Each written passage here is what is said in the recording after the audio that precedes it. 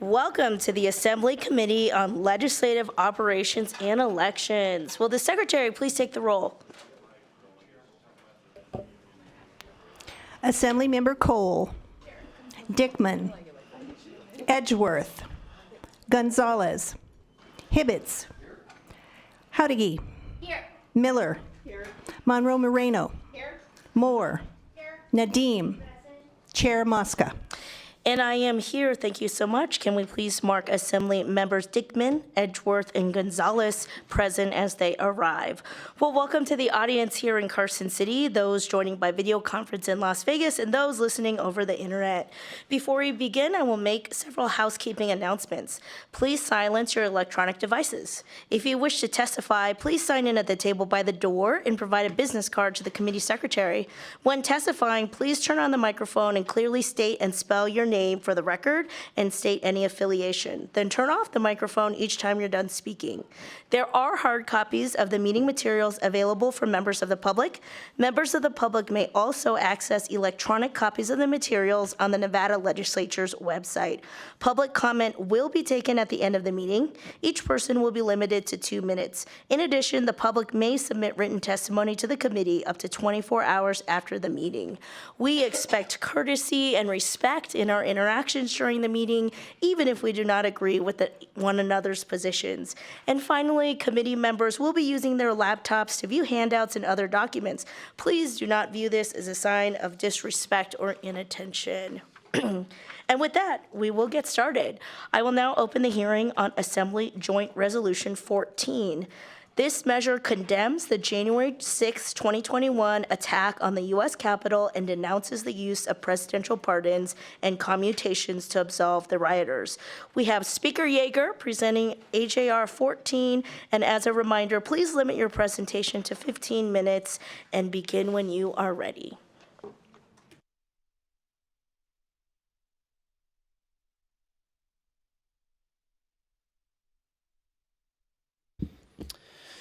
Good afternoon, Chair Mosca, Vice Chair Gonzalez, who I know will be arriving soon, and members of the Legislative Operations and Elections Committee. My name is Steve Yeager. I represent Assembly District 9, which is in Southwest Las Vegas, and it is an honor to present Assembly Joint Resolution 14 to you this afternoon. Chair, as you stated, this resolution deals with the January 6, 2021 insurrection where a mob violently attacked Capitol Police and breached the United States Capitol, all in an attempt to prevent or disrupt the peaceful transfer of power, a hallmark of United States democracy. Chair, there isn't much I can say that isn't already in the language of the resolution. It's not a long resolution, but I think it pretty clearly states what happened on that day. I want to highlight a few key facts for the committee. The January 6, 2021 insurrection was an attack on the rule of law.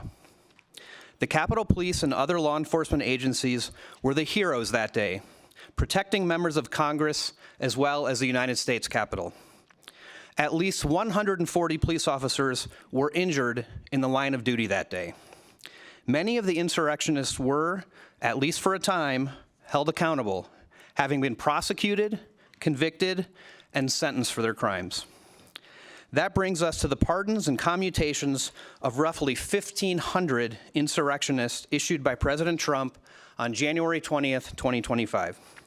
Now, let there be no doubt that the president has unqualified pardon and commutation power. That is not at issue.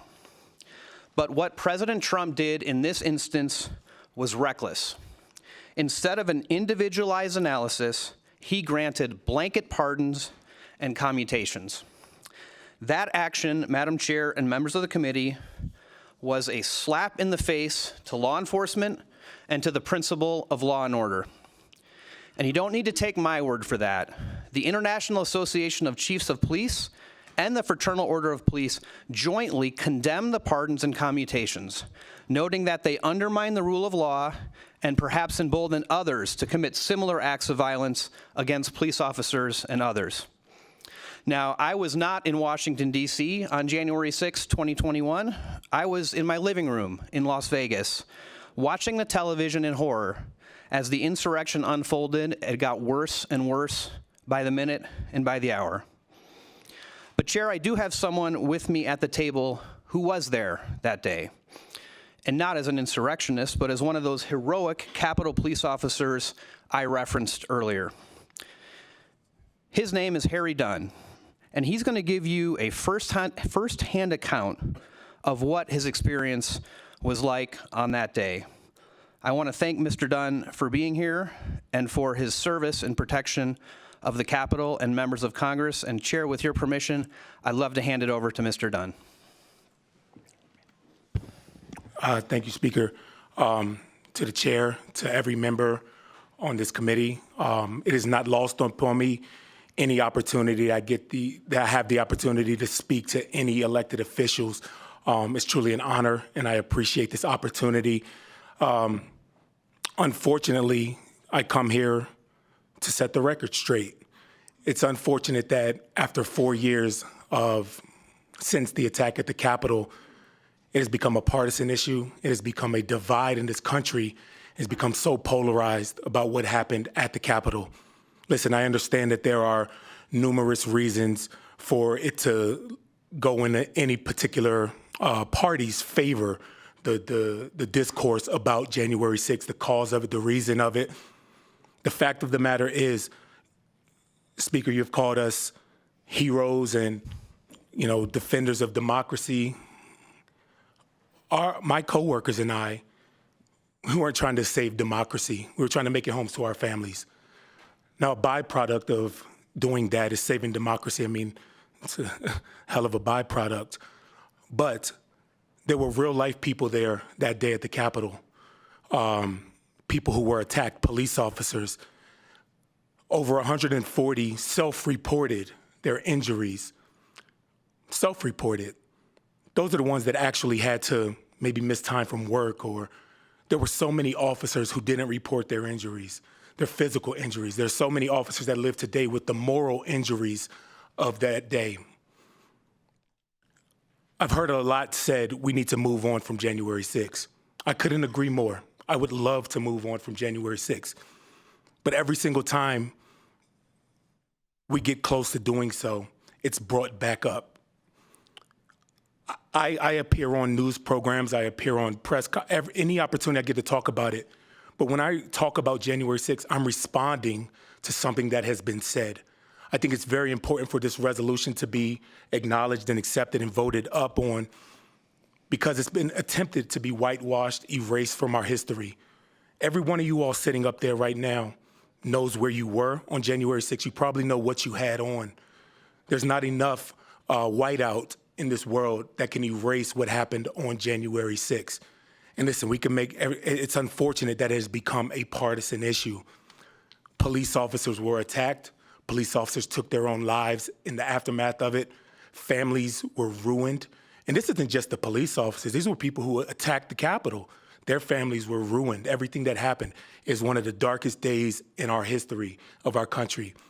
And it is never acceptable for political violence to ever happen, no matter if it was a Trump supporter, if it was a Biden supporter, it was a Harris supporter. That cannot happen, and we cannot sit around and be quiet and not express outrage that it did happen, because it did. We all wish that it did not. I agree 100%, but it did happen. Police officers were attacked, and that is not okay. Listen, the pardons from the president, as the speaker said, the question at hand isn't about if the president has the pardon power. He absolutely does.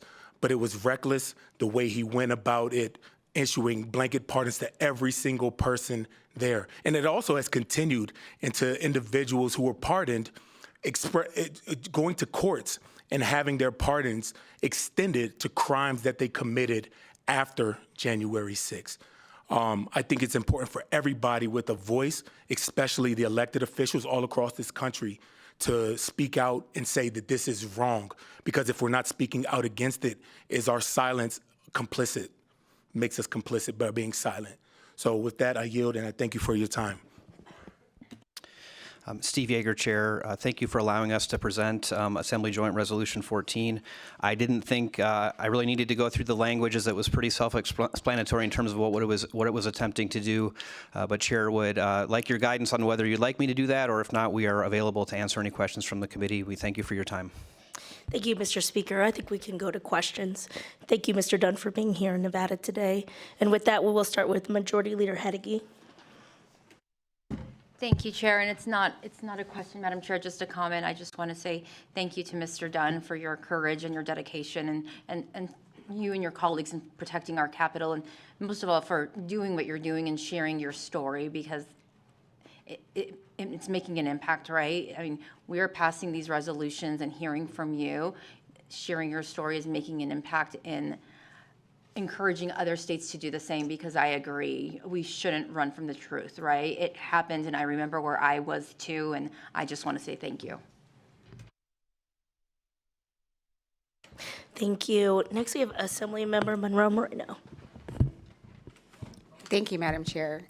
And thank both of you for bringing this resolution, and Officer Dunn, thank you for being here. My career before serving in elected office was in law enforcement. So when you say that, violence against our police officers, the people who wake up every morning, put on a uniform, and go out to protect us, they put their life on the line, not knowing if they're going to come home at night, it's admirable. And people don't understand, I'm sorry, what we go through on a daily basis. There was a time in our country where law enforcement was admired and respected, and when you saw a police officer, children were happy to see the police officer. And now you have parents who are instructing their children to be mean to police officers. And we put on that job because we want to serve our community. So thank you for what you did and are doing to continue. Do you know of any other states that have created other resolutions or are currently pushing resolutions about January 6th? Yes, ma'am. Thank you for your comments. And yes, at this day and age right now, it is extremely difficult and a challenging time to be a police officer, from the culture that is created out there on the streets, where people are taught to hate the police. There have been calls for people to defund the police, which is silly to me. I think we need to put our police officers in the best positions for them to be successful, to serve our communities, like you said. But to answer your question, I read something that Minnesota recently passed a resolution, and in Maryland, in the state Senate, they passed a resolution. And I'm encouraging every legislature around the country to do something to enshrine or set the record straight about January 6th. But those are the only, and you all, the three that I know about. And Chair, if I could, Steve Yeager, for the record, I don't know if they've passed it yet, but I know Michigan is considering it as well. And actually much of the language of this resolution is modeled after the Michigan resolution. So again, I think they're still in session, and maybe they haven't actually passed it through yet, but I do know that's another state as well. And I don't think there are any others, but one of the hopes of doing this is, bringing attention to this is that maybe some other states will, because as Mr. Dunn said, this really shouldn't be a partisan issue. We're talking about the acceptability of political violence and the acceptability of violence on police officers. Both of those are unacceptable.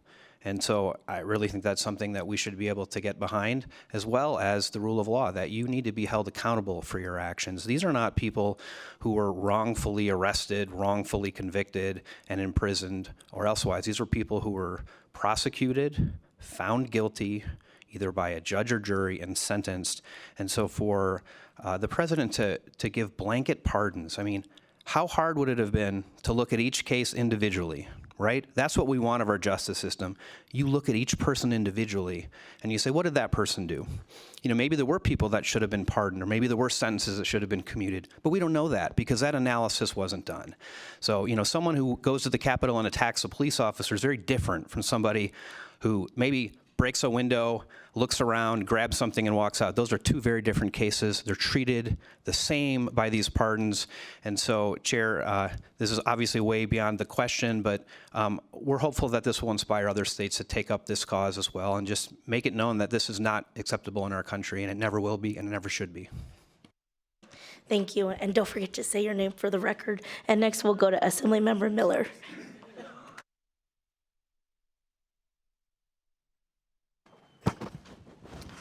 Thank you so much, Chair and Speaker, for bringing this and for you being here. I know you've heard way too many times, and you'll hear it for the rest of your life. Thank you for saving democracy that day. And we will continue to fight to save it from this point on. I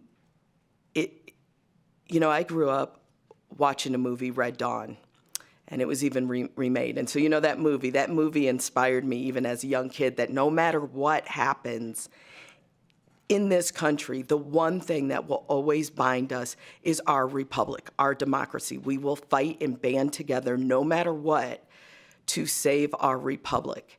And January 6th was the day that I realized I was wrong. That when the image that I had that no matter what, my neighbors, my friends, coworkers, whoever, we would get out there and fight to save one another. I realized that day that I had to kind of look at my neighbors and certain people differently, because maybe they wouldn't be fighting for me. Maybe they would be fighting against me. And Majority Leader, it sparked another memory. When you were protecting that building, you were protecting many friends that we have in that building.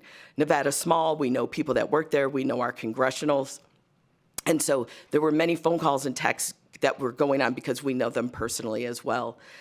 And because of that, I had the opportunity, my sister and I went to DC a few months later. And because of that, and because of COVID, the Capitol wasn't fully open to the public.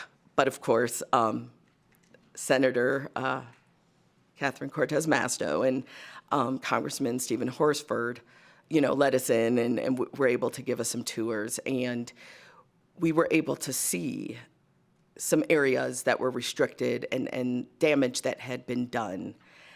One of the worst parts for me is I'm a child of a police officer, and he was also a Marine Vietnam vet. And hearing that the POW flag that used to stand in the rotunda, that was never to be removed until every single person was brought home, is now gone and is now a replica, because that flag, just like the Blue Lives Matter flag, was taken to beat and destroy. And so I just wanted to give you an opportunity. I know personally this is something that you will always process through.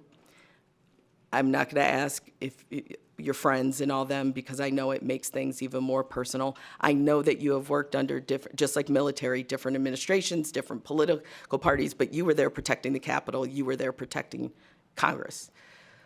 Is there anything that happened on that day, just so that we understand the extent of the destruction that happened? Because like I said, I got to see some things, but is there anything that you would like to share with us? And again, thank you so much for being here. Harry Dunn, thank you for your comment and your question. Like you said, the thing that unites us is our republic, and our republic is our democracy. We'll fight for each other. One of the things I remember on January 6th is in the rotunda, and this is shortly after the crowds were under contained a little bit, and it was just destruction in the air. Fire hydrants, fire extinguishers were being used by rioters, were being used by officers. That mixed with the pepper spray, the halon that comes out of the fire extinguishers was just lingering in the air, and all the pepper spray that was being sprayed. So it's just not a cloud of halon, or I believe I'm saying that correctly, but it's a cloud of pepper spray that is just in the air, and you're just walking through, seeing all the carnage. And listen, I revered the Capitol like it is the pinnacle of American democracy, and you just look at it with such reverence, and just to see it destroyed in the manner that it was. Listen, you said you have a lot of friends that were in that building that day. We work at the Capitol Police to protect members of Congress, members of the Senate. If we like them, if we don't like them, whether we agree with their policy, if we don't, we protect Chuck Schumer in the same manner we protect Mitch McConnell in Marjorie Taylor Greene, the same manner as AOC. Everybody's protected. It's not about an individual. It's about the seat that they represent. And every member there represents a portion of America. And that's what we go to work for. We did our job so that Congress can do their job in a safe, secure manner. As ugly as January 6th was, by their own words, not my opinion, their goal was to stop the steal and stop the certification of the election. Through the hard work of the Capitol Police and the many other men and women of law enforcement and the National Guard who eventually came to the Capitol, the work of Congress went on that night, and democracy lived to see another day. So that is my proudest moment, that as ugly as January 6th was, democracy still went on, at least for another night. Thank you, Mr. Dunn. Members, any other questions? Yes, Assemblymember Monroe Moreno. Thank you, Madam Chair. And you don't have to answer this if it's too much, but I know when things happen to me, it affects my family, and you have to tell them, stay off social media, don't react. How did that day impact your family, your mom, children, siblings, loved ones? Harry Dunn. I can appreciate that question because that goes to the heart of what January 6th was about. There were real people there. It wasn't a government versus the people kind of thing. There were real human beings there. There were women officers who were pregnant there fighting on the front lines. There were officers who hadn't been home with their families, or officers who may have been going through a divorce. Officers who had COVID at the time were still at the Capitol fighting for their country. For not even, listen, if you ask 100 police officers to tell you their story that day, you'll get 100 different answers because everybody's story was different. But what remained the same is people, American citizens, attacked the Capitol and attacked police officers. Everybody, no matter who you ask, will tell you that that was part of it. When it comes to our families, my job was to get the person next to me home to their family. Their job was to get the person next to them home to their families. We operated as a unit to get each other home to their families. And we hadn't had training on how to deal with a riot or an insurrection. We haven't had that. We've had all kinds of trainings, fire extinguisher training, how to identify a drone, but never how to deal with an insurrection. So a lot of it was just us standing up for each other because we wanted to get each other home to their families. I'm sure like many of you all, everybody's worried about, especially in this climate that we live in, hey, it's dangerous out there to be an elected official. No matter what side of the aisle you're on, it's dangerous. Your family probably worries about you. Hey, are you sure you need to go to this event? You know, maybe stay home. Are there going to be security there? Listen, I guess I put myself out there every time I continue to speak. I can't open Twitter or X without a message at the top of it saying you need to hang by a rope, you are a liar about this and that. And of course, that will worry anybody that loves a person. I am committed to standing in my truth and standing up for what's right, because the alternative is not doing anything, and I can't do that. So. Thank you. And with that, seeing no others, we will open it up to testimony.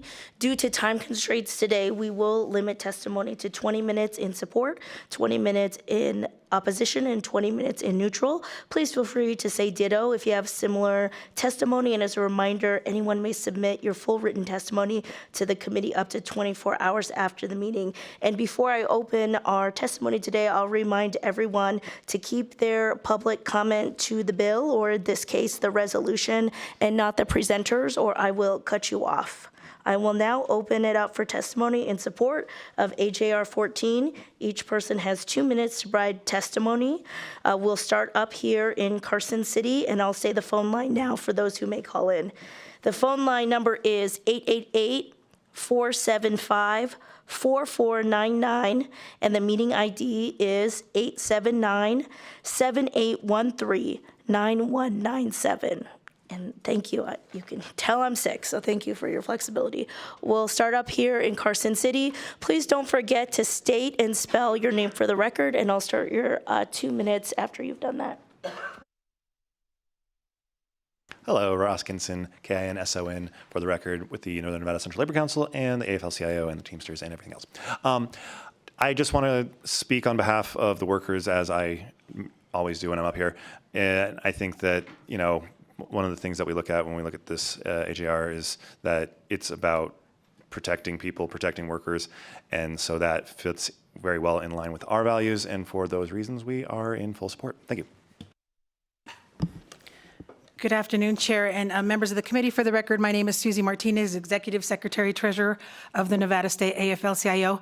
I would like to echo the sentiments of my colleague over here.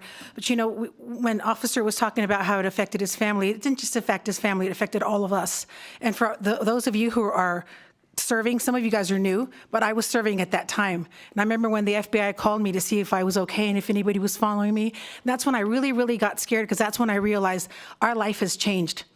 And, you know, the fact that people want to sit here and say that this is not real, that it's fake, you know, this is not normal. This is not normal. It happened, right? And the fact that, you know, we always want to teach our children to do the right thing. I mean, what message are we sending to our children? It's okay to lie. It's okay to sit here and keep telling people the same lie so that they believe it and so that they eventually start to really believe it. That is not normal. That is unacceptable. So with that, thank you very much for your time, Chair, and appreciate it, and we're in support. Thank you. Kent Irvin, K-E-N-T-E-R-V-I-N, speaking as a citizen today. The political violence was not okay. The denialism is not okay. And it's not just about the past. It's about protecting democracy for the future. Thank you. Good afternoon, Chair and members of the committee. My name is Cassie Charles on behalf of AFSCME. I'd like to echo the sentiments of my colleagues. But you know, this really truly is a day that we all remember. We all remember exactly where we were, the shoes we were wearing, exactly like they said during the presentation. I'd like to thank the speaker for bringing this forward today. Thank you. Seeing no others in Carson City, we will move down to Las Vegas. Please don't forget to state and spell your name for the record for our committee secretary. Good afternoon, Chair Mosca and committee members. My name is Carrie Durmick, and that is Kerrydurmick, and I'm the state director at Albany's Local Action Nevada. We strongly support Speaker Yeager's AJR 14 resolution. We applaud him for bringing this resolution forward as we condemn the January 6th attacks and the recent presidential pardons that followed. Democracy is about ensuring everyone can make their voice heard, not ransacking the Capitol and assaulting police officers to overturn the results of an election you weren't happy with. January 6th will go down in history as one of the darkest days in America. And the pardoning of the rioters shows that we still have a long way to go to affirm the peaceful transfer of power as a cornerstone of American democracy. Assemblymember Steve Yeager's resolution condemning the violence of that day is a necessary step towards preventing another future attack and a reminder that each one of us has a responsibility to safeguard our democracy. It is never a given. I would like to personally thank Officer Dunn for being here today and for everything he and his colleagues and their families have had to endure on that dark day in history and then everything that has followed. I strongly urge this committee to stand together and support this resolution. Thank you so much for your time. Good afternoon, Chair Mosca and members of the committee. My name is Eric Jeng, J-E-N-G, Executive Director of One API in Nevada. The Asian American community here in Nevada, many of whom are immigrants, most of whom are immigrants or descendants of immigrants, understand the value of American democracy deeply and personally. For those of our community members who've gone through the naturalization process, which census told us is 2/3 of all voters of Asian descent, have been asked explicitly whether we support the Constitution and the laws of the United States, and whether we renounce any efforts to overthrow the United States government by force or any unconstitutional means. That's not a hypothetical. It's not abstract. It's not a concept. It's literally on the USCIS Form M400. It is more commonly known as Naturalization Application Form, which I have helped hundreds of our community members fill. It's literally on that form listed as Part 9, Item number 5B. It is the core tenet of what it means to become a U.S. citizen. That's why we're here today in support of H.R. 14 to condemn the January 6th insurrection in no uncertain terms. It wasn't just a violent attack on the Capitol, it was a direct attack on democratic principle that so many in our communities have committed to uphold. To see people attempted to reframe the insurrectionists as patriots while immigrant communities are questioned, scrutinized, and even attacked for simply participating in civic life is deeply offensive. Our community knows the cost of third world authoritarianism and dictatorship. We don't take democracy for granted, and we will always stand against those who try to undermine it. We want to thank Speaker Yeager for bringing this resolution and Officer Dunn for his bravery and service. We urge for your support for H.R. 14. Thank you.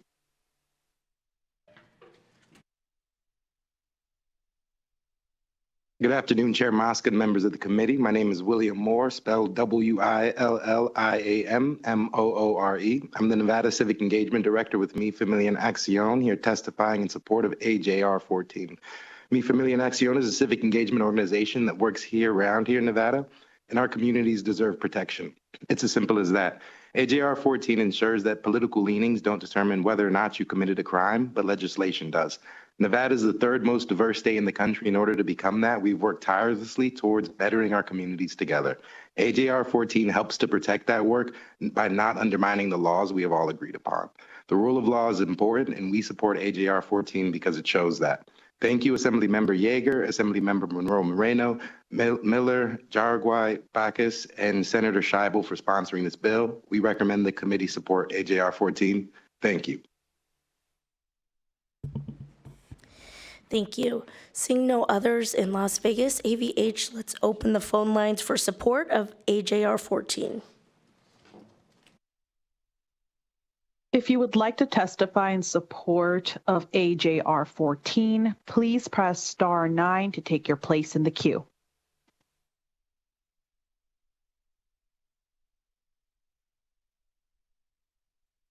Thank you, Chair and members of the committee. My name is Shelby Swartz, S-H-E-L-B-I-E, S-W-A-R-T-Z, and I'm the Executive Director of Battleborn Progress and the Institute for Progressive Nevada. We stand with Speaker Yeager in condemning the violent attacks on the Capitol on January 6, 2021. This is an affront to our democracy and the principles that bind us as Americans. This resolution is a call to action, a reminder that democracy is not guaranteed. It must be protected and defended by every generation. Here in Nevada, we are proud of our state's commitment to secure, fair, and accessible elections. Our election system has proven time and time again that it upholds the highest standards of integrity, ensuring that every eligible voter's voice is heard. This is the essence of our democracy, the power of the people to decide their future. Now more than ever, we must remain vigilant in protecting that. We urge all Nevadans and Americans to engage in the democratic process, advocating for their rights, and reject any attempts to undermine our elections and the peaceful transfer of power within our democracy. We thank Speaker Yeager for bringing this forward. Defending democracy means standing up loudly and proudly for the principles that make our nation strong, and this resolution does that. Thank you so much. AVH, next caller.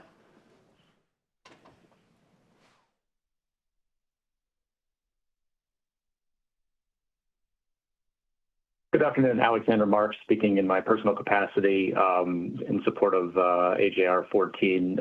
January 6th was a direct assault on the foundations of our democracy. We've heard the stories that, over and over again, armed rioters stormed our U.S. Capitol in an attempt to overturn the results of a free and fair election, and they threatened the peaceful transfer of power. They endangered lives and tried to undermine the rule of law. Silence in the face of such violence is complicity. Working with educators for the last few years as I have, we teach our students that no matter what their zip code is, voting is a responsibility of that citizenship. That was a day they tried to overturn that right. So we are in support, or I am supportive of HR 14. Thank you. Thank you. Next caller. If you recently joined the call and would like to testify in support of AJR 14, please press star 9 to take your place in the queue.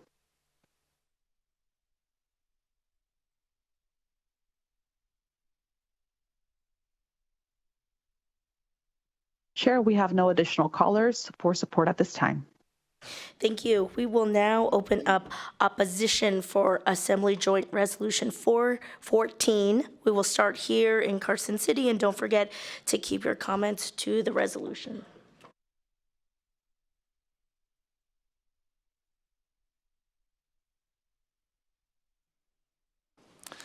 Good afternoon, Chair and Committee. My name is Joshua Skaggs, Joshua Skaggs, and I'm the Legislative Affairs Director for the Nevada Republican Party here in opposition to AJR 14.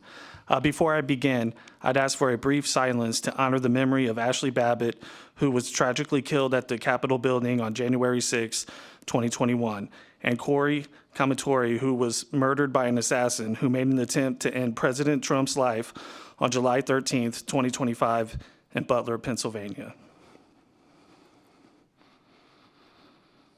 Thank you. The Nevada Republican Party is in strong opposition to AJR 14. We believe AJR 14 further polarizes our communities and puts the patriots who support President Trump in physical danger by presenting a one-sided, demonizing narrative of the events of January 6, 2021. AJR 14 wrongfully condemns the actions of that day without acknowledging the broader context or the deeply held beliefs of many Americans who felt disenfranchised due to irregularities in the 2020 election that were never fully investigated, at least here in Nevada. By framing the events in such extreme and misrepresented terms, AJR 14 alienates a significant portion of the Nevadans who support our current President of the United States of America, Donald J. Trump. For many, January 6th was not an insurrection, but a moment of protest, albeit one that appears to have been escalated by a small minority of people. To label all participants as rioters or insurrectionists ignores the diversity of motivations and experiences of those present in Washington, D.C. on January 6, 2021. AJR 14 deepens divisions and fosters resentment rather than promoting understanding or healing. Furthermore, AJR 14's denunciations of presidential pardons and commutations for those involved sets a dangerous precedent. It suggests that certain groups or individuals are beyond redemption because of partisanship and misplaced feelings. I urge this committee to consider the unintended consequences of this resolution. Instead of fostering unity, AJR 14 risks entrenching divisions and further alienating those. Thank you, sir. That is your 2 minutes. And you do have a question from Majority Leader Hedege. Thank you. Hi. Your comments mentioned a small number of people. What is a small number of people? I will get an answer to you, Joshua Skaggs, for the record. Because it was 2,500 people that broke entry and entered the Capitol. I don't think that's a small number. Next commenter.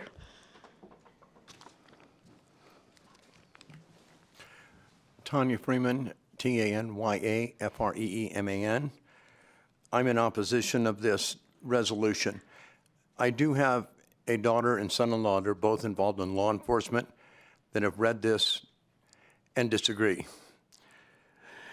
We've had Antifa, BLM, George Floyd riots, pro-Palestinian riots causing damage that cost in the billions of taxpayer dollars. We've had law enforcement killed, police stations burned to the ground.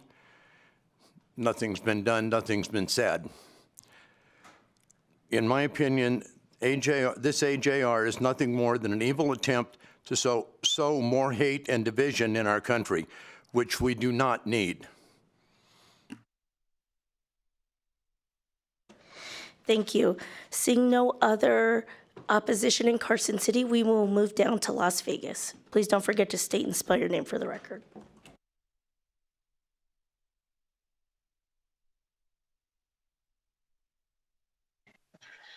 My name is Lorena Biasotti, speaking for myself today. Ms. Biasotti, can you please spell your last name? Biassotti. I oppose AJR 14. It is puzzling to me why the Nevada Democrats are sponsoring this resolution. Over 751,000 Nevadans voted for President Donald Trump on November 5th, 2024. He won Nevada by more than 46,000 votes. The nationwide Democrat campaign made sure that January 6th was front and center on all their messaging to the voters. For 4 long years, we heard nothing but claims about this so-called insurrection. Remember, though, that it was President Trump who ordered 10,000 National Guard to be at the Capitol on January 6th, and it was U.S. Congresswoman Pelosi who declined the proposal. Nevadans know, Americans know. But the makers of this resolution want this talked about as if it happened yesterday, not 4 years ago. Fine, let's keep talking about all of it. Let's talk about when Democrats, Antifa, and BLM were allowed to get away with burning down courthouses, police stations, and yes, hurting our police officers. And they used a lot more than pepper spray, even killing a decorated retired police captain, David Dorn, during the BLM riots, dragging innocent people out of their cars, beating them, sometimes to death. You even had Democrats like Kamala Harris publicly supporting the Minnesota Freedom Fund to bail out the rioters. But when it was conservatives protesting a rigged election, yes, a small number, 2,000 compared to hundreds of thousands of destructive rioters, instead of a trespassing charge, you destroyed their lives. Good men who were professionals, doctors, dentists, firefighters, family men. You wanted to see them brought and die in prison, and you haven't stopped.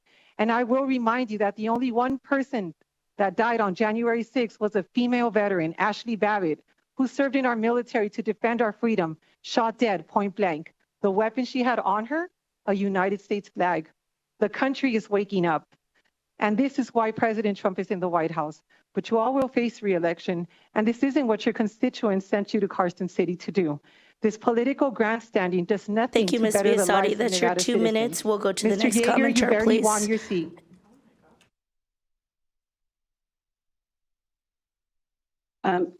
Good afternoon, legislators. My name is Leslie Quinn, and I oppose AJR 14. Merriam-Webster Ms. defines Quinn, can you democracy as spell a your form name? of government. Ms. Quinn, can you spell your name Excuse for the me? record? Just spell your name for the record, please. Leslie, L-E-S-L-I-E, Quinn, Q-U-I-N-N.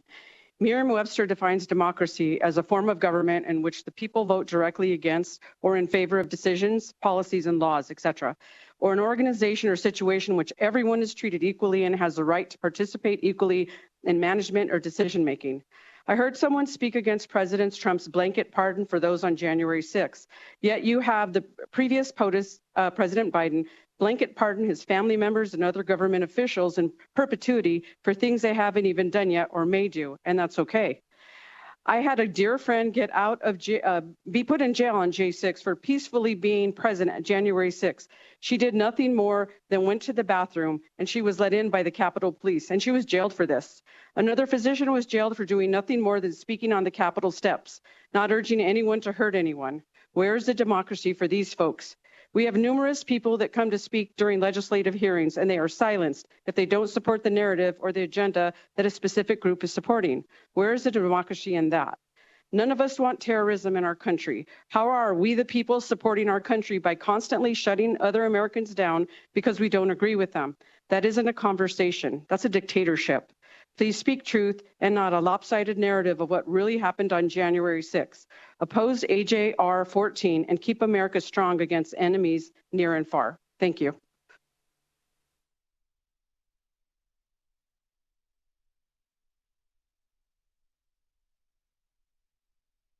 Go ahead, commenter.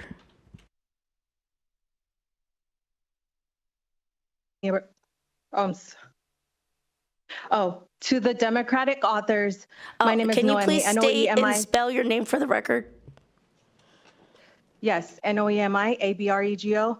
To the Democratic authors, I want to thank God for being here. I'm a constituent of two of the authors of this bill. I'm in Henderson. I'm writing to express my outrage, your recent decision to revisit the events of January 6th, particularly the tragic shooting of Ashley Babbitt, an unarmed woman from my hometown.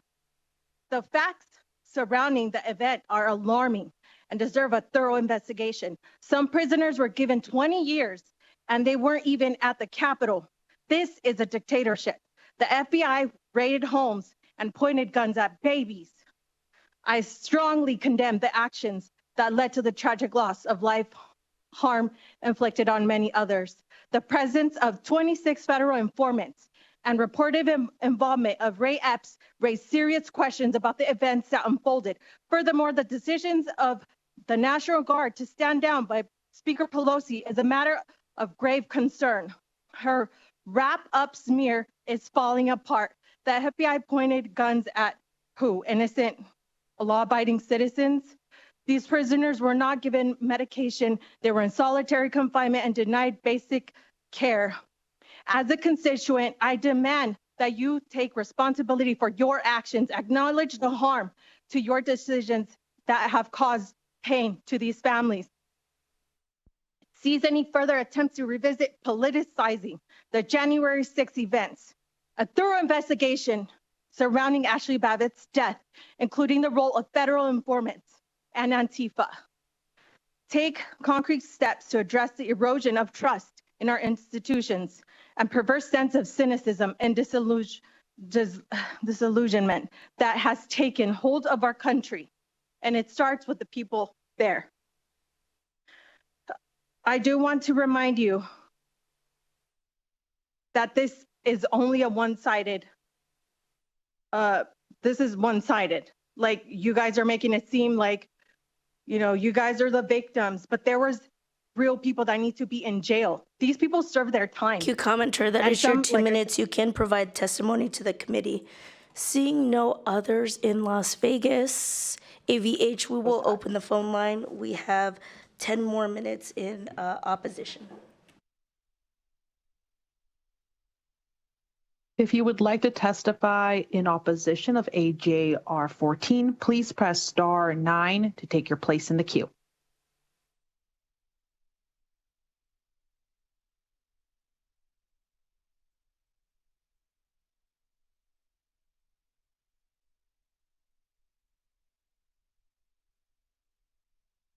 Caller, if you're Hello, speaking. hopefully you can hear me. Yes, we hear you. Go ahead. CYRUSHOJJATY. First of all, I'd like to thank the bill sponsor for bringing this very important issue. I obviously condemn violence, and there was a lot of bad apples in that tragic day. However, I'm very concerned that this is pretty unfair and it picks winners and losers. I was in the tragic events that occurred in Las Vegas in June of 2020, massive riots, civil unrest following the George Floyd incident. I have videos to show that on Fremont Street, police officers were being bitten, courthouses were being smashed, the Rebel gas station next to the MGM Grand Hotel was vandalized and burned, and yet there was hardly any peep or any motion from any elected officials about what happened. Why is that? I have the videos. I can show you. I mean, this is not made up. And here's the other thing. There's still ongoing violence from Tesla dealerships, all this vandalization, you know, the King and all this attacks on collision centers. We had one right here. Nobody has ever, as far as I know, talked about the vandalism there.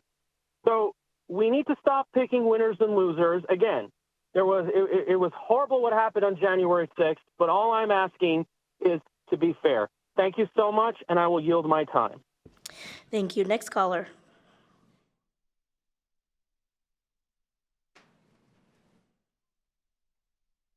Yolanda Knock, Yolanda, last name Knaak, AJR 14. I'm opposed to it because it promotes division. Please vote no and bring unity to our state and our nation. Thank you. Next caller.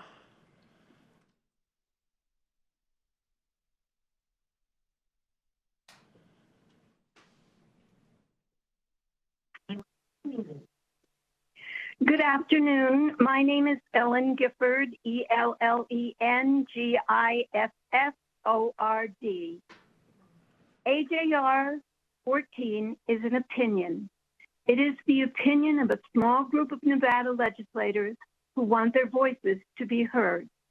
It is proclaimed that should this resolution make it through the legislative process, the Chief Clerk of the Assembly will prepare and transmit a copy of this resolution to the President of the United States, the President pro tempore of the United States Senate, the Speaker of the United States House of Representatives, and the members of the Nevada congressional delegation. Concurrently, there is the truth. An extremely large population of Nevadans know what that truth is, and they will want their voices to be heard also. Perhaps AJR 14 will make it through the legislative process and find its way to the President of the United States.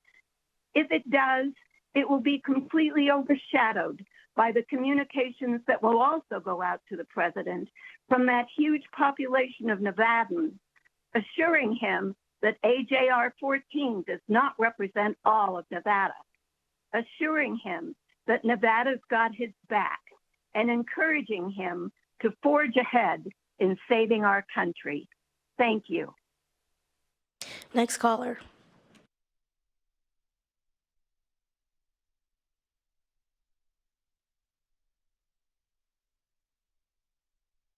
Hello, my name is Katie Banuelos. That's Banuelos. I'm calling in opposition to this bill or resolution because it is highly partisan and performative. Maybe I'm on the phone. And it just does not reflect reality in any way. What happened on January 6th was a protest. It was not an insurrection. It's not an attack. All of these claims are dramatic political hyperbole for political purposes. Those poor people were arrested for kind of showing up and milling about. They have been genuine political prisoners of our time. You know, they've suffered enough. I'm glad they've been released. And things like this, you know, a lot of people talk about how divisive and kind of what a double standard this reveals. It also just reveals such a detachment from reality. Like, ordinary people think about the situation.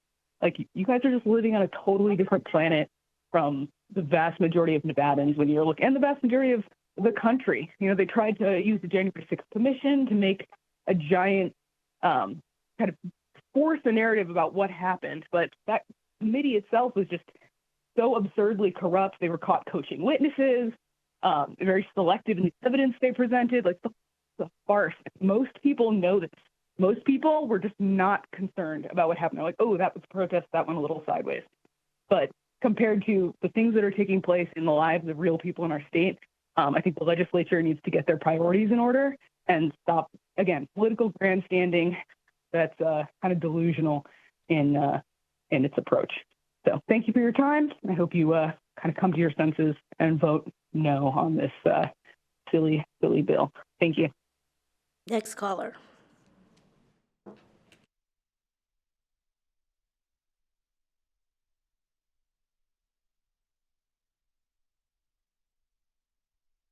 Okay, can you hear me? This is Marty Waldman, Waldman, in Las Vegas. I just consider this whole thing to be a left-wing conspiracy theory. It's totally, there's no facts in it. You guys talking hyperbole. No reality. You don't even talk about the officers that let the people in on the east side of the Capitol. Like, and nobody had weapons. So, you know, just stop this stuff. It's over the top left-wing conspiracy theory, bottom line. That's it. Bye. Thank you. Next caller.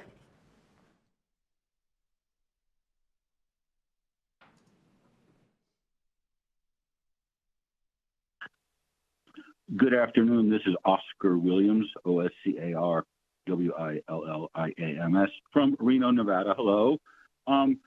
You know, the Democrats here, you guys lost. Boo-hoo, I'm sorry. But this kind of legislation just comes across as mean and vindictive at this point. You're basically trying to give cover to the true traitors who stole the 2020 election. It perpetuates lies about the conduct of the Capitol Police and the FBI. They were not honorable. They incited the violence. They fired on people, let them in, and then charged them with trespassing. It's called entrapment. It's disgusting. Trump's pardons were just. You lost. Go away. Goodbye. Thank you. We have 2 minutes left in opposition. Next caller, please.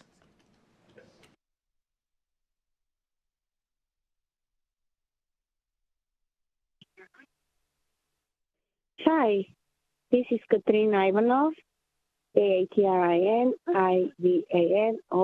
Frank. Please vote no. I'm very disappointed. You're bringing bills that the governor vetoed. Now you're doing this grandstanding because the president is allowed to pardon whoever he wants. At least this president pardoned people for being political prisoners. Our ex-vice president, Biden pardoned people that were never even charged with anything. There is no president in history in that ever happening. And yes, if you mention Nixon, Nixon was a president and they were trying to keep a peace. And I don't remember Biden's son or Fauci ever being president. Maybe my memory is not that good. You can correct me if I'm wrong. But I don't believe in the history of America, other than presidents being pardoned for things that they never been charged with. And also, you, as an assembly people, cannot do nothing about President pardon. It's in his priority and authority to pardon whomever he wishes. And I didn't heard anything in your resolution for the fault of Nancy Pelosi because she refused the National Guard to help them. So we have real problems in Nevada. When are you going to start putting Nevada's interests first? Thank you, caller. That is your 2 minutes. And with that, we have reached our 20-minute limit in opposition, so we will now move on to neutral. Anyone in Carson City in neutral for AJR 14? Seeing none, we will move to Las Vegas. Anyone neutral in Las Vegas? Seeing none, AVH will open the phone lines back up for neutral for AJR 14. If you would like to testify in neutral of AJR 14, please press star 9 to take your place in the queue.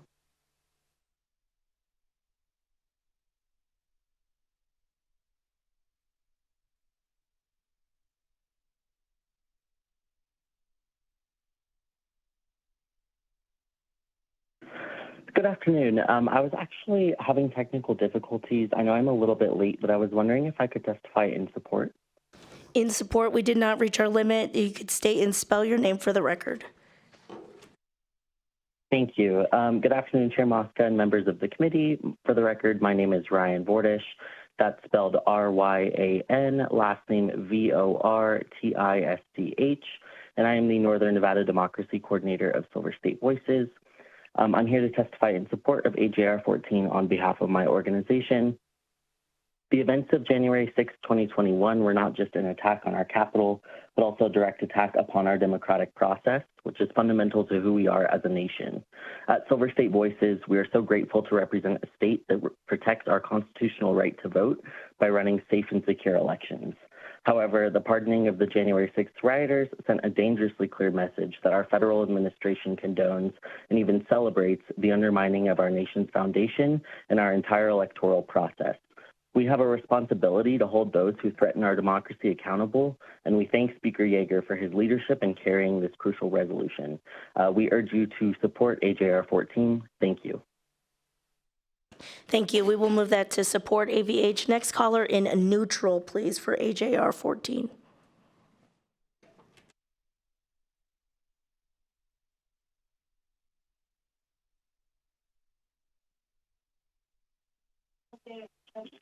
Hi, Bruce Johnson, Johnsson.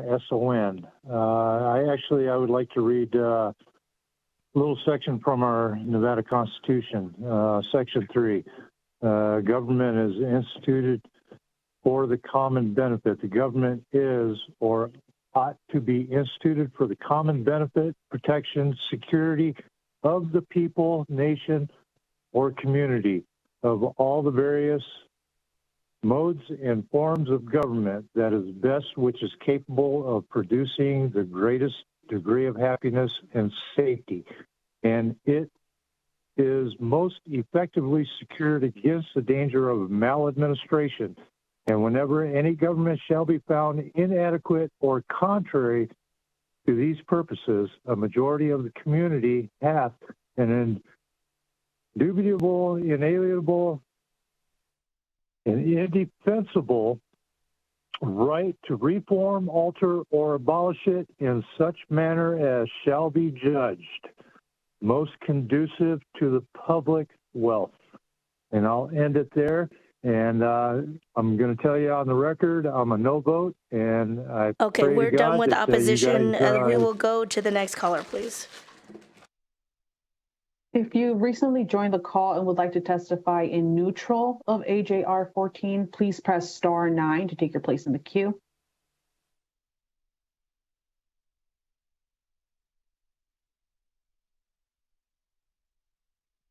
Chair, the public line is open and working. We have no additional callers for neutral. Thank you. And before I invite the bill sponsors back up, or actually I will invite the bill sponsors back up, and first we will go to Assemblymember Miller. Thank you, Chair, for the extreme indulgence, because I know it's not. Listening to folks just now, I just want to respond in a way to, one, let people know that you can't change what we saw with our very own eyes that day. You can change the terms or whatever, but we know what we saw. To say that it is a protest when we know what we saw. So I just want to repeat something for people, because people have questioned our allegiance and our patriotism and who we are as leaders. So I, Brittany Miller, do solemnly swear that I will support, protect, and defend the Constitution and government of the United States and the Constitution and government of the state of Nevada against all enemies, whether domestic or foreign, and that I will bear true faith, allegiance, and loyalty to the same. Any ordinance, resolution, or law of any state notwithstanding, and that I will well and faithfully perform all of the duties of the office of this legislature on which I am about to enter. So help me God.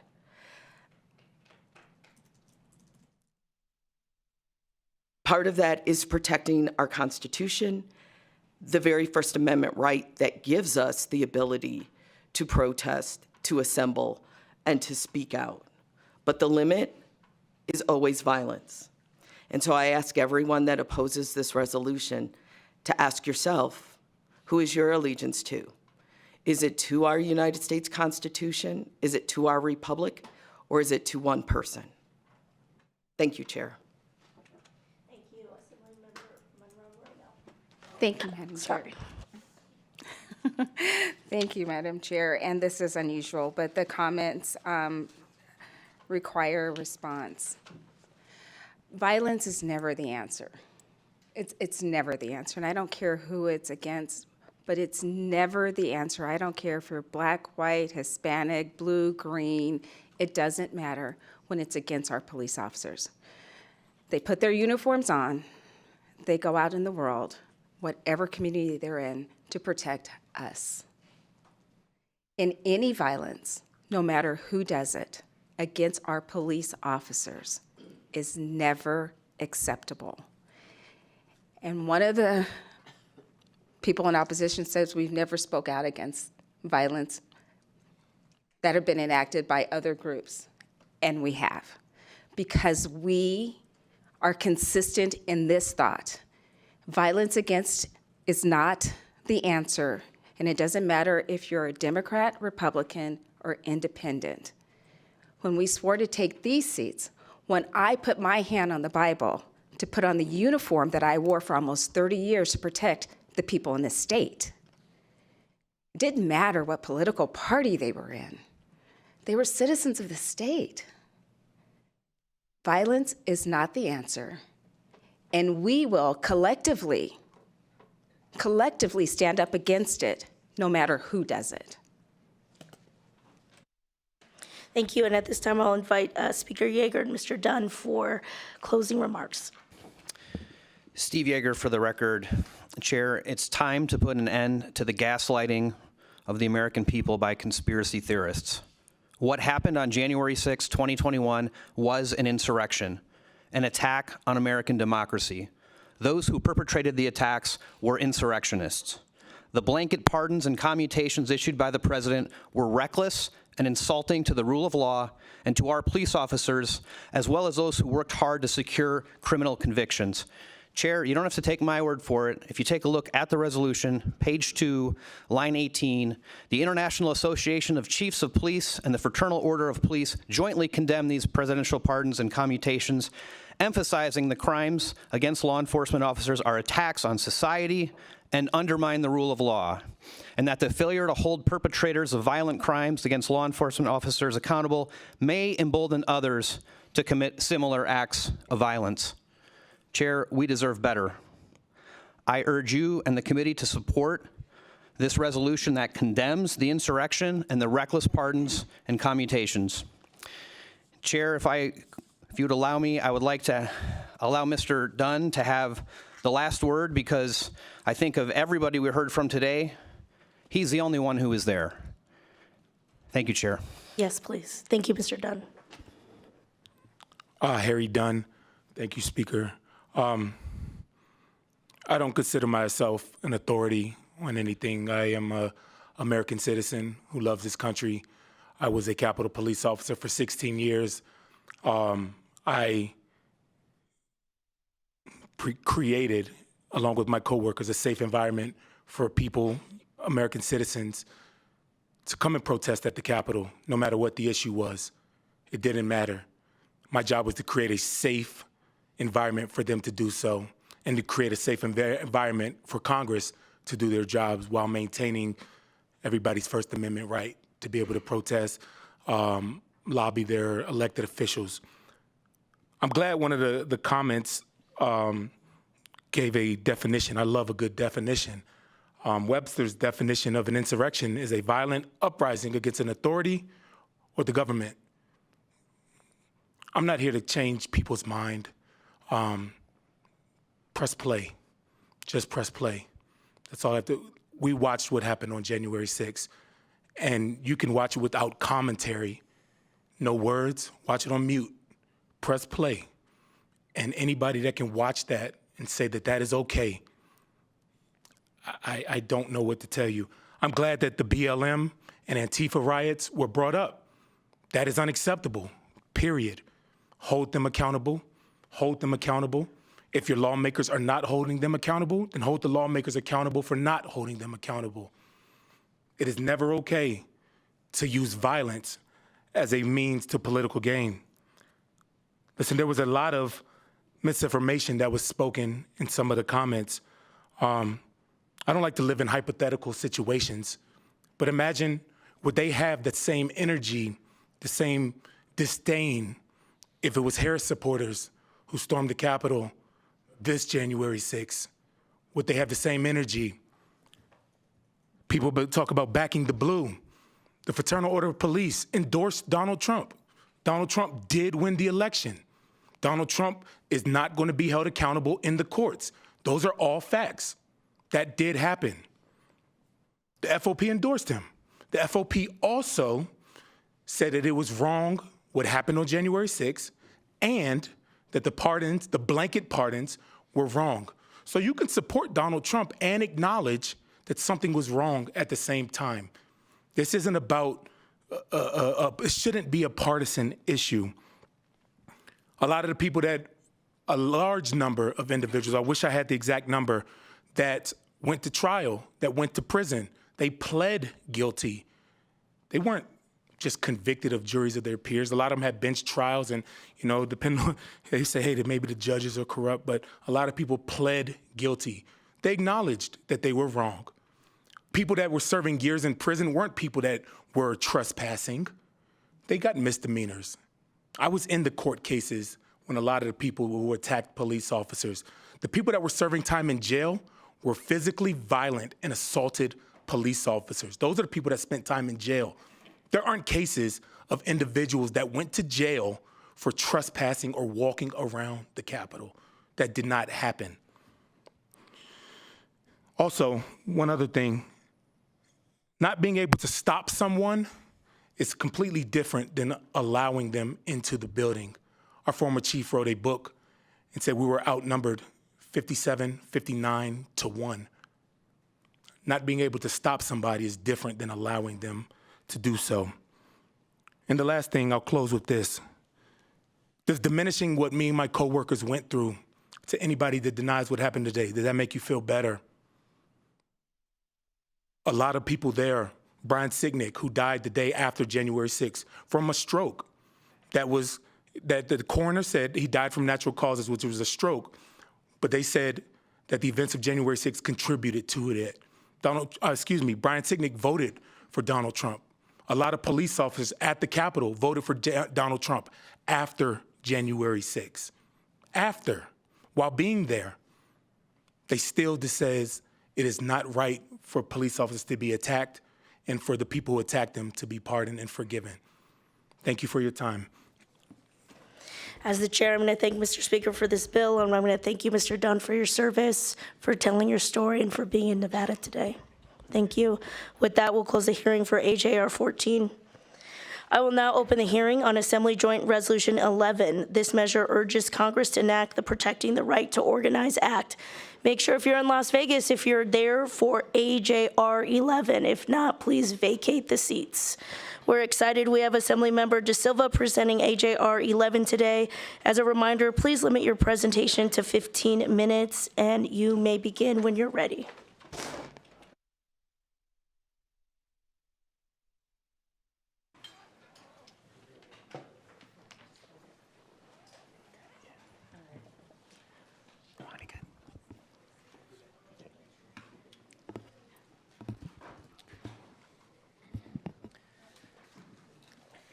Chair, Vice Chair, and members of the committee. My name is Ruben De Silva, and I'm proud to introduce to you today AJR 11, which highlights the importance of the Protecting the Right to Organize Act, or the PRO Act, a vital piece of federal legislation aimed at strengthening labor rights and ensuring economic fairness for all workers.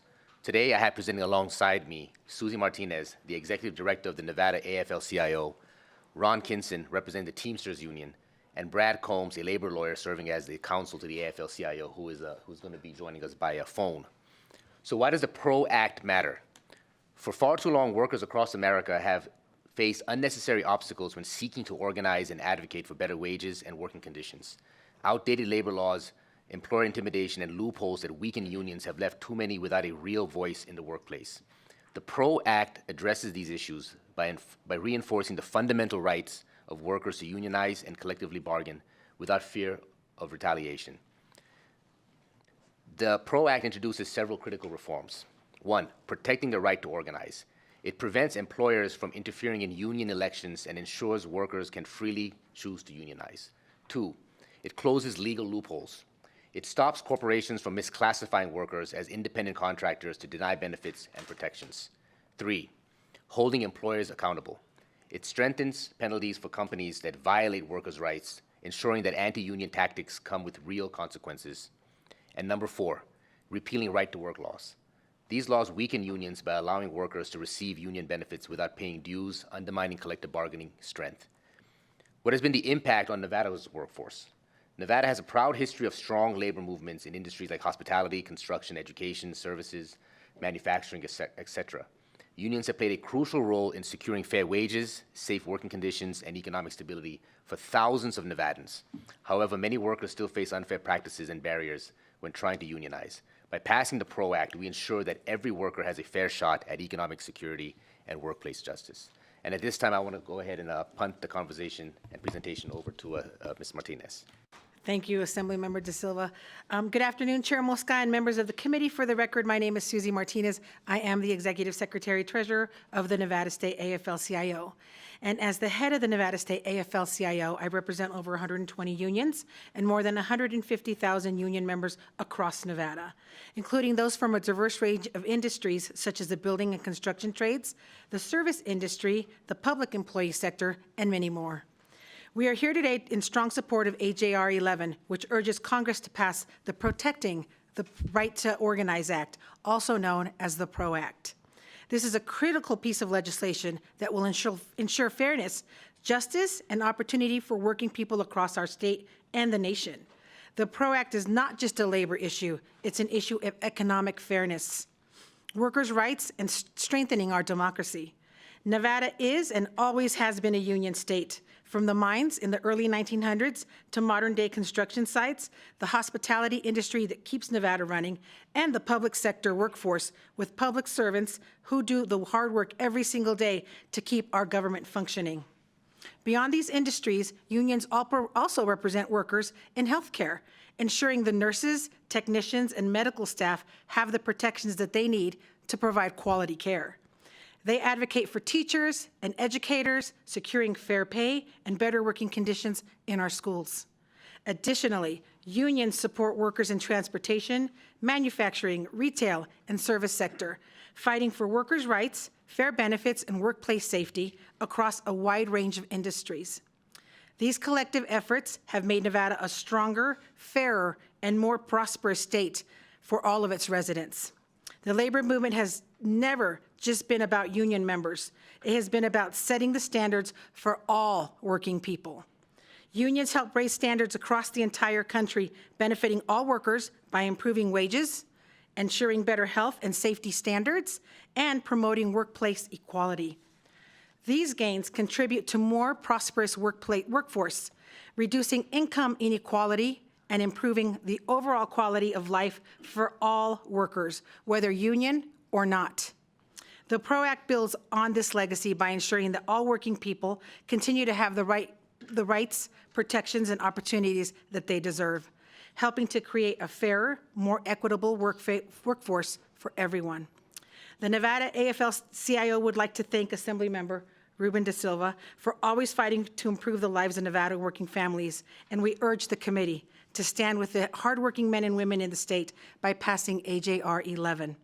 With that, I would like to turn it over to Ross Kinson, President of the Northern Nevada Central Labor Council, a Vice President of the Nevada State AFL-CIO, to provide additional testimony. Thank you. Thank you, Ross Kinson, for the record. So let's start with the big picture, okay?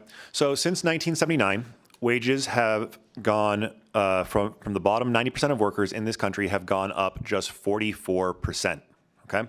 Meanwhile, income for the top 1% has gone up by more than 180%.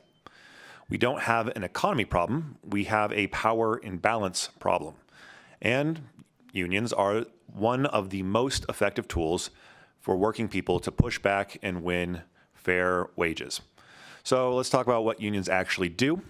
Union workers earn 10 to 20% more than non-union workers doing the same job.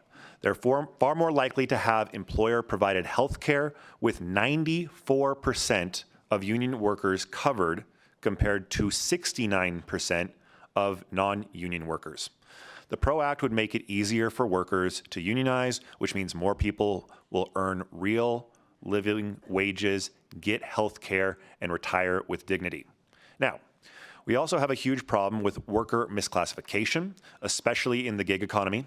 Drivers, delivery workers, freelancers, too many of them are labeled as independent contractors, even though they work like employees. Why does that matter? Because it means they don't get minimum wage, they don't get work comp, and they cannot unionize. They're left without basic protections. The PRO Act would change that. It would hold employers accountable to make sure these workers get the rights they deserve. All right, so let's talk about what happens when workers try and organize. According to the National Labor Relations Board, 41% of workers who try to form a union face some form of retaliation. That includes firings, threats, harassment, you name it. The PRO Act would stop that. It gives the NLRB real teeth to enforce labor law, and it would ban those captive audience anti-union meetings that are designed to scare people out of organizing. It's not just about wages, it's about safety as well, of course. Unionized workplaces are 50% less likely to have a serious injury on the job, and that's not a coincidence. It's because unions give workers the power to speak up without fear and to bargain for real safety standards. And one more point that I hope you will consider. In the 1970s, over 15 million workers went on strike in this country. That's how they won better contracts. Today, fewer than 100,000 workers strike per year, not because conditions are great, but because workers are afraid of being fired or permanently replaced. The PRO Act would restore the right to strike as a real option, not a risk to your livelihood. And, unsurprisingly, the public is with us. A Gallup poll last year showed that 68% of Americans support unions, the highest level since 1965. People are fed up with working harder and falling further and further behind. They want a fair shot. So, bottom line is, AJR 11 doesn't just urge Congress to pass the PRO Act. It tells working people in Nevada that their legislature has their back. It tells Congress that if you're serious about restoring the middle class, you start with restoring the right to organize. And that will conclude my portion. Thank you so much. And with that, Chair, we stand for questions. Thank you. Thank you. Members, any questions?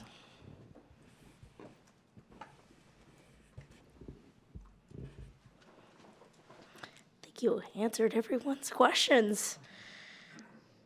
Making sure. Okay. Well, thank you. We appreciate it. Great job. With that, we will move to testimony in support of AJR 11. Remember, we will do 20 minutes of support, 20 minutes of opposition, and 20 minutes of neutral. Please make sure your comments are about the resolution and not the presenters. We'll start here in Carson City. Don't forget to state and spell your name for the record, and you will have 2 minutes.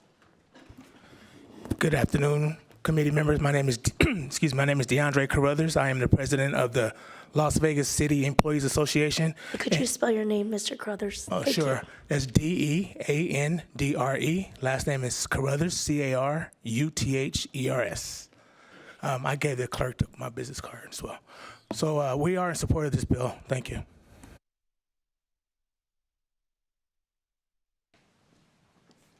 Good afternoon, Chair and committee members. My name is Gabe Christensen, Christenson. I'm the State Legislative Director for Smart TD.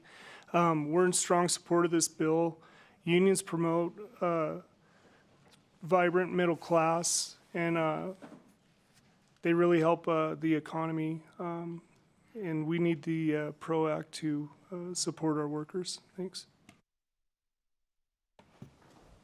Good afternoon, committee. My name is Beverly Williams, Williams. I am the Secretary Treasurer of the Southern Nevada Central Labor Council and a member of Teamsters Local 986. Ditto for the support of AJR 11. Thank you. Good evening, Honorable Chair and Committee. For the record, my name is Wendy Colborn, and I am the Chief of Staff for the Building and Construction Trades Council of Northern Nevada, and we are in strong support of this resolution. Workers are the backbone of this country. They build our homes, pave our roads, and power our industries. Yet too often, we're forced to fight not for the basic dignity we deserve. The PRO Act is not just legislation. It's a statement that working people should be heard, protected, and empowered to shape their own futures. AJR 11 carries that fight forward, calling on lawmakers to defend the right to organize without fear, to bargain collectively without obstruction, and to secure workplaces where workers have a voice that actually matters. This isn't an abstract demand. It's a necessary correction to the imbalance that has left too many workers vulnerable to exploitation. Nevada has never backed down from a fight. We are battle-born, and our workforce embodies that same relentless spirit. With AJR 11, we reaffirm that our state stands with workers, not just in words, but in action, ensuring that every person who works for a living has a voice that cannot be ignored and a future that cannot be denied. We strongly encourage you to support this resolution and thank Assemblymember De Silva for bringing it forward. Thank you. And could you spell your name for the record, please? WENDY Colborne. Good evening, Chair and members of the committee. My name is Tamura Jameson, JAMISON.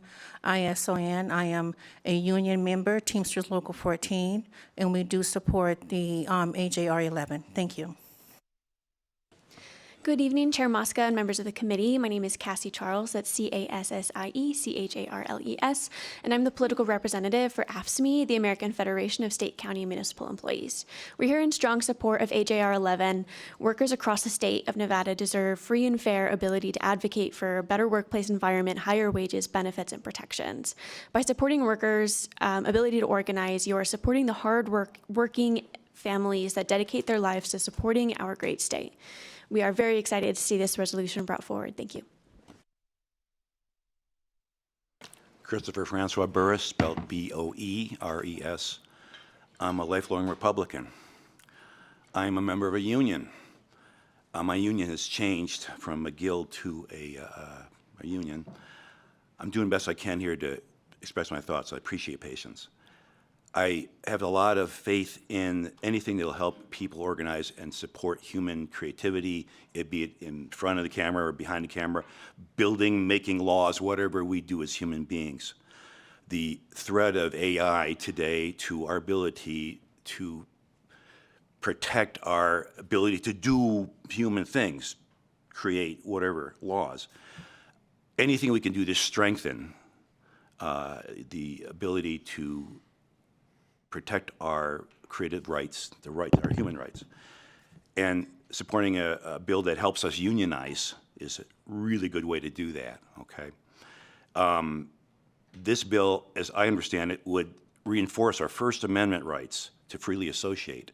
And for me, that is a strong thing for a lifelong Republican to think about. So anything that will help us protect our rights, reinforce our rights, God-given, to associate as human beings, I'm for. Thank you. Kent Irvin, K-E-N-T-E-R-V-I-N, for the Nevada Faculty Alliance. We are the Nevada affiliate of the American Association of University Professors and the American Federation of Teachers, representing over 300,000 higher education employees nationwide, along with other sectors in the private sector and public sector. We support AJR 11 because the PRO Act would provide critical labor law reforms that would allow unions to organize once again with a reasonable assurance of success. A strong alliance between private sector unions and public sector unions. Without that, the entire labor movement is weakened, and we need these laws to help us move forward in the labor movement, along with some Nevada laws. Thanks. My name is Kim Burney. I'm the president of the SAG-AFTRA. I urge you to support this AJR 11. Thank you. Seeing no others here in Carson City, we will move to Las Vegas if anyone is here to support AJR 11. Seeing none, we will move AVH to the phone lines for support of AJR 11. If you would like to testify in support of AJR 11, please press star 9 to take your place in the queue.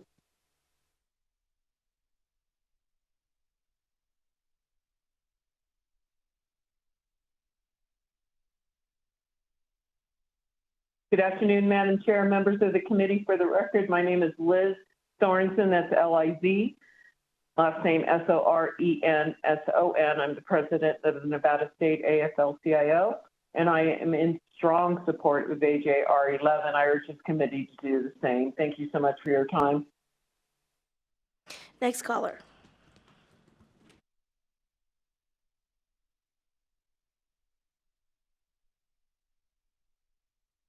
Good evening, Alexander Marks with the Nevada State Education Association, speaking in support of Assembly Joint Resolution 11. NSCA is an affiliate of the National Education Association, the largest labor union in the United States. NEA advocates for strong labor rights and collective bargaining protections for workers, including educators, and is a strong supporter of the PRO Act. The PRO Act would strengthen public education by ensuring that teachers and education workers have stronger voices in their workplaces. Collective bargaining is crucial in providing working people with a voice that means for improving their families' lives. The freedom to collectively bargain in both public and private sectors helps reduce income inequality and assists low and middle income workers in sharing economic growth. We ask for your support of AJR 11. Thank you. Next caller.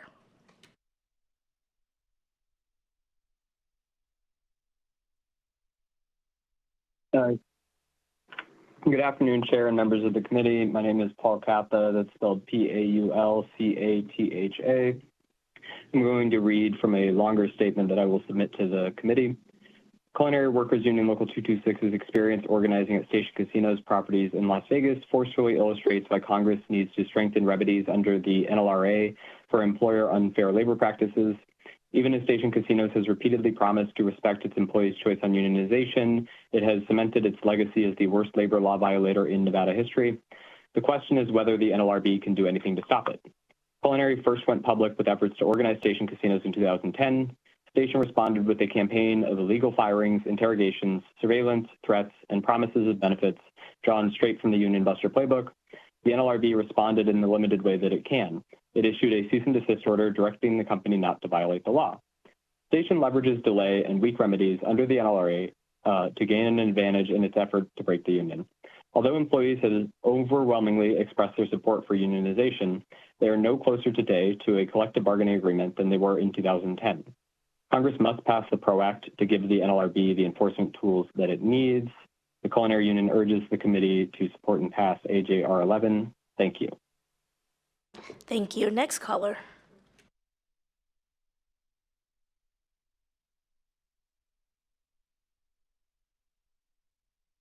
Thank you, Chair and members. For the record, this is Matt Cremins, C-R-E-M-I-N-S, calling in today on behalf of the California-Nevada Conference of Operating Engineers. For many of the reasons you have heard today, we are in strong support of AJR 11 and would encourage you to be the same. Thank you.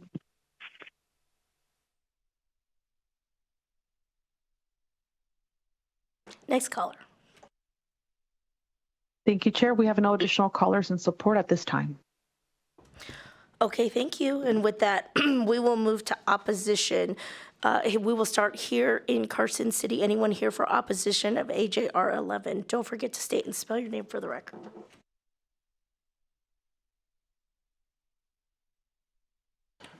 Good evening, Madam Chair, members of the committee. Paul Moradkian, M-O-R-A-D-K-H-A-N, with the Vegas Chamber. The Chamber for years has opposed the PRO Act at the national level, mostly because of the fact it would weaken the right to work laws across the country in Nevada.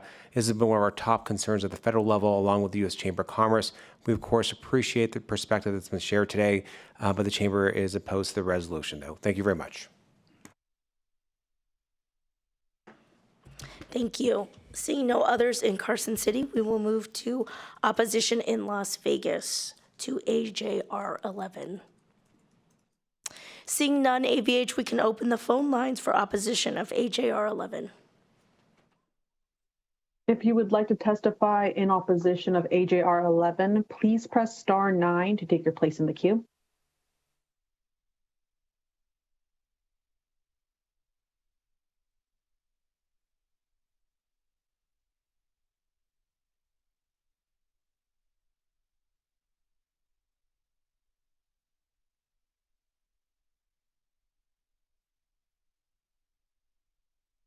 Caller, if you're speaking, we do not hear you.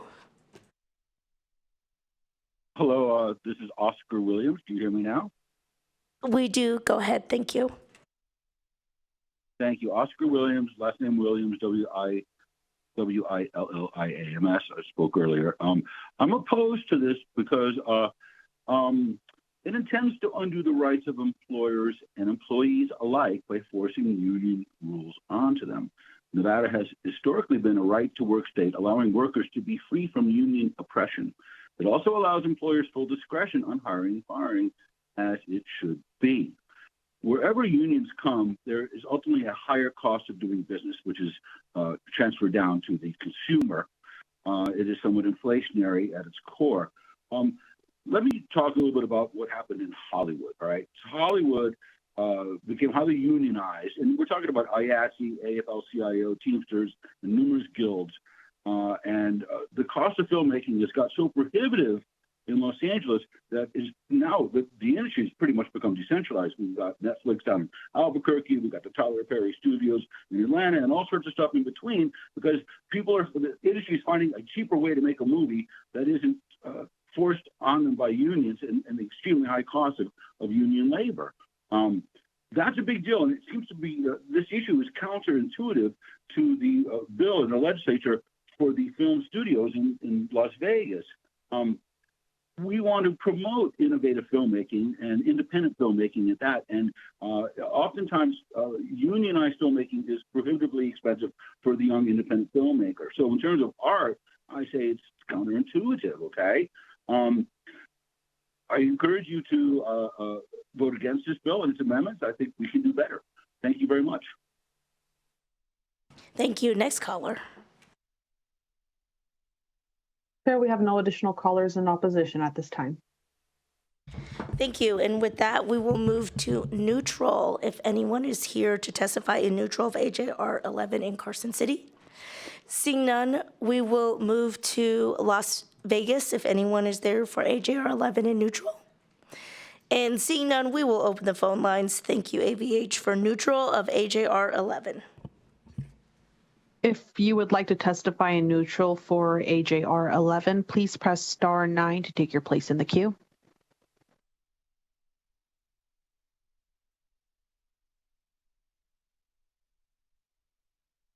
Chair, we have no callers wishing to testify in neutral. Thank you. And with that, I will invite the bill sponsor and co-presenters to come up for final words. Thank you.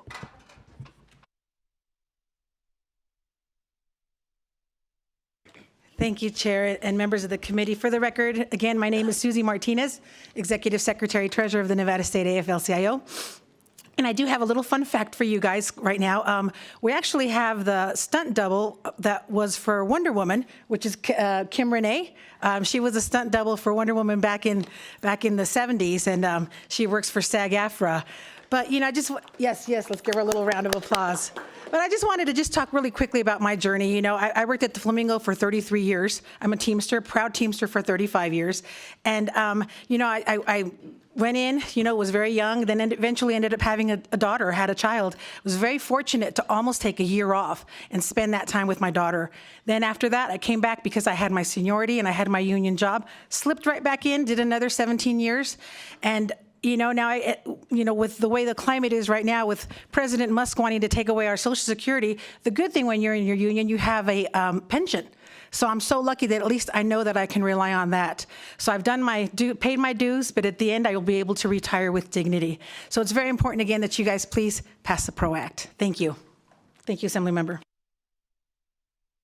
I'll be very brief in my closing remarks. I just want to reiterate the fact that it was quickly discerned to me that this is the number one priority for our unions at the federal level, the number one priority. The PRO Act is now one of the most reformatory pieces of legislation that we've seen in the labor movement since the Wagner Act. This is back in the 1930s. This is part of the New Deal. We've seen a dramatic decline in a union sort of participation, union membership, and correlated to that decline has been the actual decimation of the American middle class. I know that Mr. Kinson mentioned this and talked about the sort of gaps that have been made, the sort of disparity between the top earners in this country and the bottom, everybody else. And the great bulwark throughout the course of American history has always been our labor movement and has been our unions. So with that said, I would ask you to consider supporting this resolution, and let's support our working folks. Thank you. Thank you. Thank you. And with that, we will close the hearing for AJR 11. Thank you. Okay, members, with that, we are on our last item of business, which is public comment. Each person has 2 minutes to provide testimony. Written public comment may also be submitted to the committee up to 24 hours after the meeting.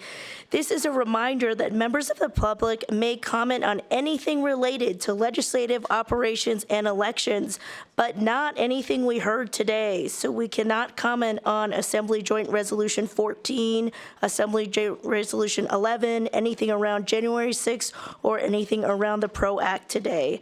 So I will remind everyone of the call-in number and meeting ID for those wishing to public comment. The number is 888-475-4499, and the meeting ID is 879-7813-9197. We will start here in Carson City.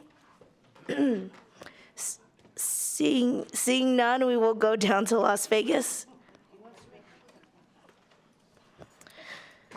Don't forget to state and spell your name for the record, and you may begin when you are ready. Hello, my name is Lorena Biasotti, Biassotti, speaking for myself. Seeing all the hard work Assemblyman Yeager put into this resolution, I decided to read the following. Okay, you cannot talk about, as I said before, you cannot talk about anything that we've heard today, so we'll go to the next person. Okay, I'll go ahead and scratch that. We'll go to the next person. The following has nothing to do with that. The following. Oh, I should read it out. My name is Leslie Quinn. Good afternoon, legislators. I want to say the preamble to the United States Constitution, we the people of the United States, in order to form a more perfect union, establish justice, ensure domestic tranquility, provide for the common defense, promote the general welfare, and secure the blessings of liberty to ourselves and our posterity, do ordain and establish the Constitution for the United States of America. My allegiance is first to the one true God of all creation, the God of Abraham, Isaac, and Jacob, and Jesus Christ. Number 2, my allegiance is to keeping my family safe. Number 3, my allegiance is to the United States Constitution and U.S. citizens. I love America. For these reasons and more, I will fight for we the people always. I would definitely like more democracy and fairness enacted, not just in words, but in action here in legislation. Please practice true democracy and fairness by hearing Republican bills during the 83rd legislative session. Don't filibuster and use unheard Republican bills like a carrot for your own agenda. Be fair to all constituents in Nevada. Thank you. Thank you. We will go back to the first public commenter as long as the comments are about legislative operations and elections and not the AJRs. You may begin when you're ready. So, Noemi Abrego, so you are saying, Mrs. Mosca, that you can go back. I was saying that you can go back to the first person. So, Ms. Biasotti, if you would like to speak, you may speak. You have your 2 minutes. Thank you. I appreciate that. I just wanted to read the following. What is the role of a Nevada Assemblyman? A Nevada Assemblyman or Assemblywoman, only 2, is a member of the Nevada State Assembly, which is the lower house of the Nevada Legislature. Their primary role is to represent the interests of their constituents within a specific district in Nevada and to participate in state laws. What it's not is to create resolutions to air grievances against President Trump. I'll wait for the resolution against BLM and Antifa. Thank you.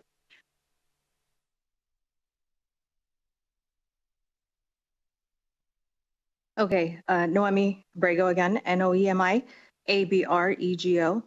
And I did feel compelled to come back because the gaslighting, and that's my freedom of speech, my First Amendment right.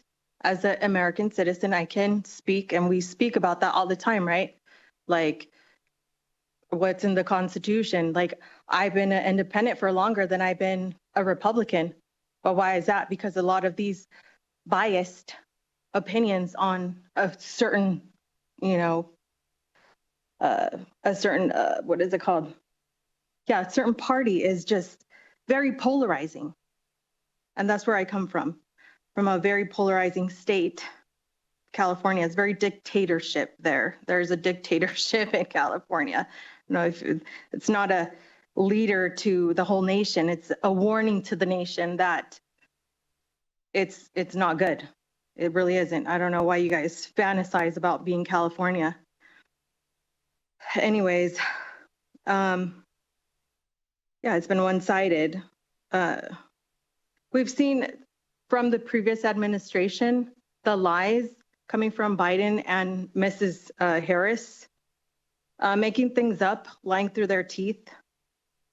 And I'm not being paid to be here. So to Ms. Monroe, my allegiance is to God. Any entity that says otherwise, you see, yeah, well, I'm not paid to be here. I'm not a public servant, you are.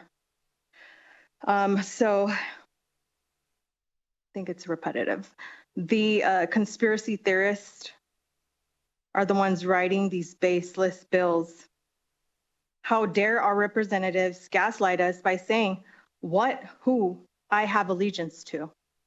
Isn't that discrimination against someone's religion? I mean, in fact, we've been the truth tellers. It's been, oh, you're a conspiracy theorist. Thank you, commenter. That is your 2 minutes. And then we will go on. I don't see anyone else in Las Vegas. We will go to the phone lines, and we're following the rules of the committee. So thank you. To the phone lines. Public comment. If you would like to provide public comment, please press star 9 to take your place in the queue.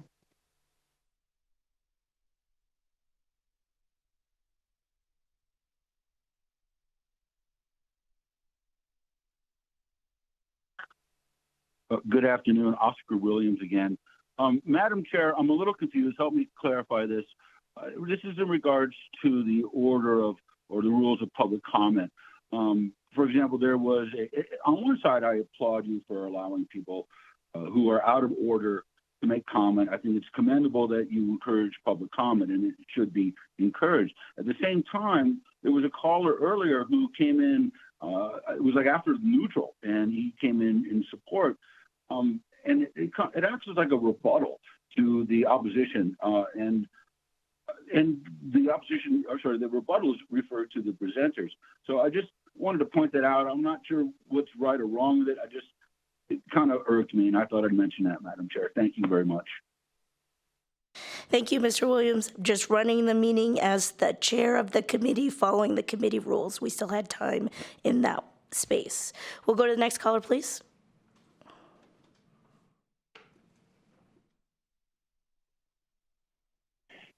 Good afternoon, Chair and members of the committee. For the record, my name is Clarence McCarthy, C-L-A-R-E-N-C-E, M-C-C-A-R-T-H-Y.